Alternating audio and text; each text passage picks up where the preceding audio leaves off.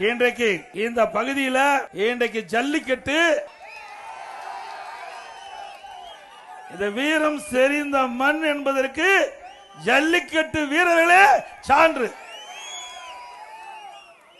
இந்த ஜல்லிக்கட்டு வீர விளையாட்டு அதற்காக அனைத்து இந்திய அண்ணா திராவிட முன்னேற்ற கழகம் பல அறிவிப்புகளை வெளியிட்டிருக்குது.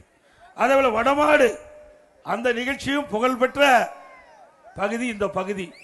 ஆக ஜல்லிக்கட்டு விளையாட்டும் வடமாடு புகழ்பெற்ற அந்த விளையாட்டும் இரண்டும் முக்கியமான விளையாட்டுகளாக திகழ்வது இந்த மாவட்டத்தில். ஜல்லிக்கட்டும் வடமாடு பிடிப்பதும் அனைத்து இந்திய அண்ணா திராவிட முன்னேற்ற கழகம் உங்களுக்கு பக்கபலமாக இருக்கும் நேரத்தில் தெரிவிச்சுக்கிறேன்.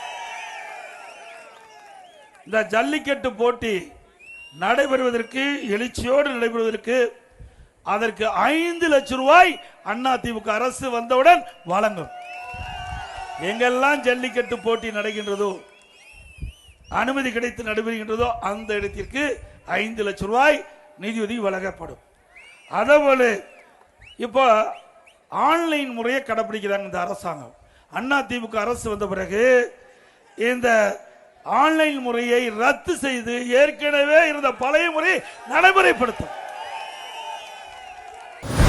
நல்லாட்சின்னா எடப்பாடியார் தான். வாக்களிப்பீர் இரட்டை இலைக்கே. தேர்தல் நாள் 23 ஏப்ரல் 2026.